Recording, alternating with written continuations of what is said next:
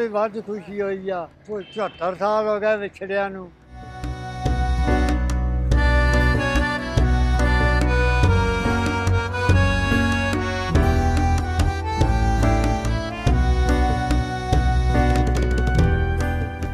ईद नालों भी वध खुशी हुई आ।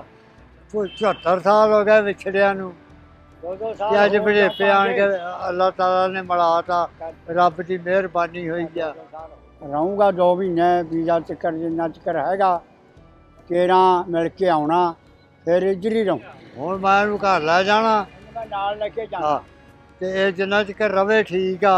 उस तो बाद जेह्ड़ा वीज़ा मुक गया फिर जे जा सकदा चलिया जाऊ, मुड़ के फिर कोशिश कर लांगे, फिर ले आवांगे इन्हां नूं।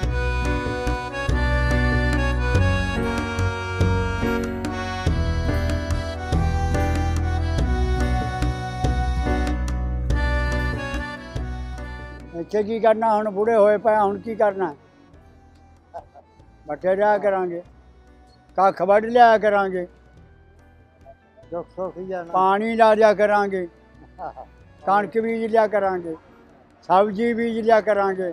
ਸਾਡੇ ਜਿੰਨੇ ਰਿਸ਼ਤੇਦਾਰ ਆ ਜੀ ਸਾਰੇ ਦਿਖਾ ਲੈਣੇ ਆ। ਸਾਡੇ ਲੋਧਰੀ ਵੀ ਰਿਸ਼ਤੇਦਾਰ ਆ, ਕਮਾਲੀਆ, ਮੀਆਂ ਚੰਨੂ ਹੈ ਜੀ, ਇੱਧਰ ਖੁਰੜਿਆਂ ਵਾਲਾ, ਸਾਰੇ ਹੀ ਰਿਸ਼ਤੇਦਾਰੀ ਝੰਗ ਸਾਰੇ ਖਿਲਰੇ ਹੋਏ ਆ, ਸਾਰਿਆਂ ਨੂੰ ਮਿਲਾ ਲਿਆ।